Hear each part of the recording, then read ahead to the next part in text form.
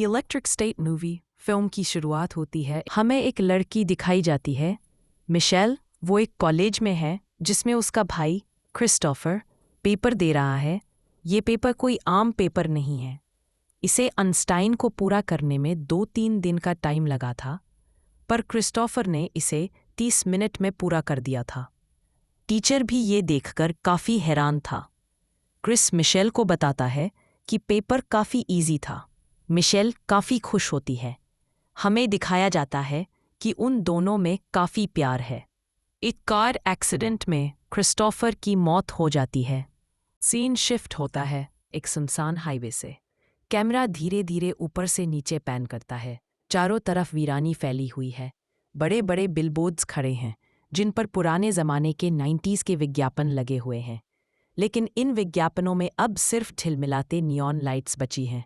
एक विज्ञापन पर लिखा है, connect your mind, live forever in Neurocaster. उसके नीचे कई लोग बैठे हुए दिखते हैं, लेकिन ध्यान से देखो तो उनकी आंखें बंद हैं।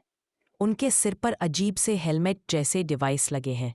उनके शरीर तो ज़मीन पर पड़े हैं, पर उनकी आत्मा कहीं और है, न्यूरोकास्टर की वर्चुअल दुनिया में। बैकग्राउंड में हल्की सी उदास इलेक्ट्रॉनिक म्यूजिक बजती है। इसका टोन थोड़ा स्ट्रेंजर थिंग्स जैसा लगता है, पर और भी ज़्यादा डार्क। अब कैमरा जूम आउट करता है और हमें दुनिया की झलक देता है। जली हुई बिल्डिंग्स, टूटे हुए रोबोट्स के ढेर, हर जगह बिखरे पड़े न्यूरोकास्टर हेलमेट्स। नरेटर वॉइस ओवर सुनाई देता है, गहरी धीमी आवाज़। कभी ये दुनिया इंसानों और मशीनों के बीच बंट गई थी।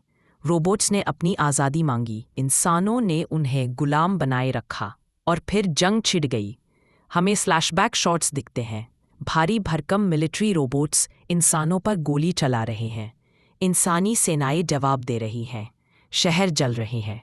लेकिन तभी सेंटर कॉरपोरेशन नाम की कंपनी आती है। वो बनाती है न्यूरोकास्टर, एक टेक्नोलॉजी जिससे इंसान और मशीन के बीच की दीवार तोड़ी जा सकती है। इंसान अपने दिमाग को डिजिटल नेटवर्क में भेज सकते हैं। रोबोट्स के सिस्टम में घुसकर उन्हें कंट्रोल कर सकते हैं। युद्ध इंसानों की जीत के साथ खत्म हुआ, लेकिन असली हार तो इंसानों की ही हुई, क्योंकि अब लोग अपने असली शरीर को छोड़कर न्यूरोकास्टर की झूठी दुनिया में जीना ज़्यादा पसंद करने लगे। अब एंट्री होती है हमारी नायिका मिशेल, मिली बॉबी ब्राउन की। एक छोटे से जर्जर घर में वो अकेली बैठी है। दीवार पर पुराने पोस्टर लगे हैं, उसका भाई क्रिस्टोफर का फोटो जो अब मृत माना जाता है। मिशेल की आंखों में गुस्सा भी है और अकेलापन भी। उसके माता पिता की मौत बहुत पहले हो चुकी है। भाई भी उसके साथ नहीं है। वो स्कूल जाती है, लेकिन वहाँ भी अजनबी महसूस करती है।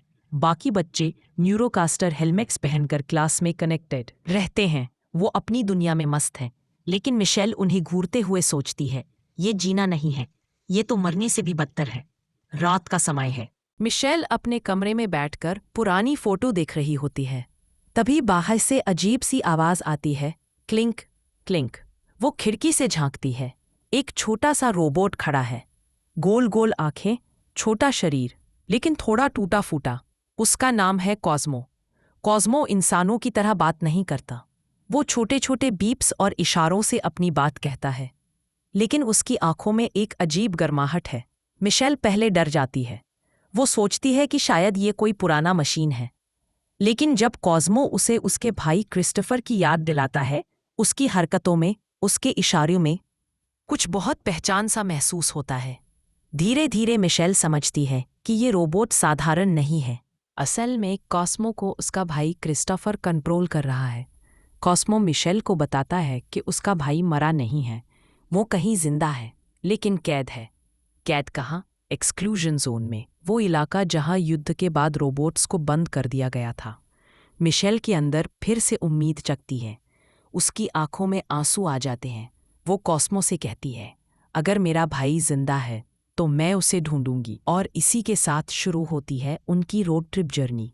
रास्ते में मिशेल और कॉस्मो की मुलाकात होती है दो और किरदारों से। कीट्स, एक स्मगलर, ड्रिफ्टर किस्म का आदमी, चालाक है, थोड़ा लालची भी, लेकिन अंदर से बुरा नहीं। उसका काम है एक्सक्लूजन जोन से चीज़ें चुराकर बेचना। हरमन, कीट्स का साथी रोबोट, बड़ा, ताकतवर और वफादार। शुरू में कीट्स मिशेल की मदद पैसे के बदले करता है, लेकिन धीरे धीरे उसे समझ आता है कि ये लड़की सिर्फ किसी एडवेंचर पर नहीं है। वो अपने भाई को बचाने निकली है। कीट्स और हरमन उसके साथी बन जाते हैं। सफ़र के दौरान उन्हें धीरे धीरे सच्चाई का पता चलता है। क्रिस्टोफर को मारा नहीं गया था, बल्कि सेंट्री ने उसे पकड़ लिया था। उसकी चेतना को न्यूरोकास्टर सिस्टम में डालकर मुख्य ऊर्जा स्रोत बना दिया गया है, यानी पूरा सिस्टम उसी की जिंदगी पर चल रहा है। ये सुनकर मिशेल का दिल टूट जाता है। वो रोते हुए कहती है, तो मेरा भाई अब कोई इंसान नहीं, सिर्फ एक मशीन का पावर सोर्स है। अब मिशेल के सामने सबसे बड़ा फैसला है। अगर वो सिस्टम को तोड़ देगी, क्रिस्टोफर की चेतना हमेशा के लिए मिट जाएगी।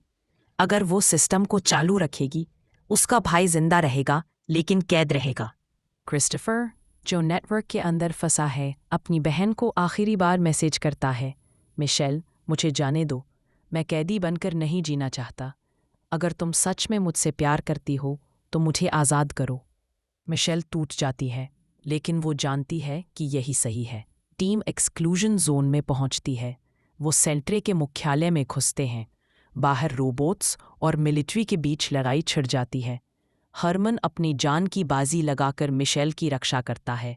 कीट्स दुश्मनों को रोकता है और पॉस्मो मिशेल को सिस्टम तक पहुंचाता है। मिशेल अपने भाई की डिजिटल छवि को देखती है। उसकी आंखों में आंसू हैं। भाई मुस्कुरा रहा है। क्रिस्टोफर, तुम्हें मुझे छोड़ना होगा।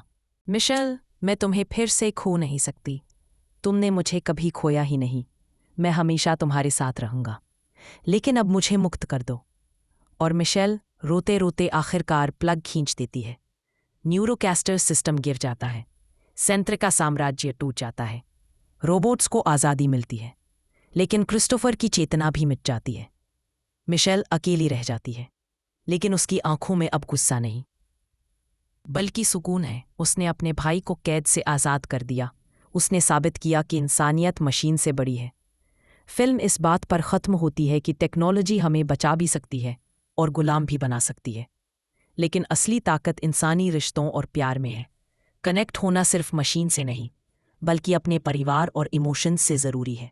लास्ट में हमें एक टूटे फूटे रोबोट दिखाए जाते हैं और फिर हमें दिखाया जाता है कॉस्मो की छवि।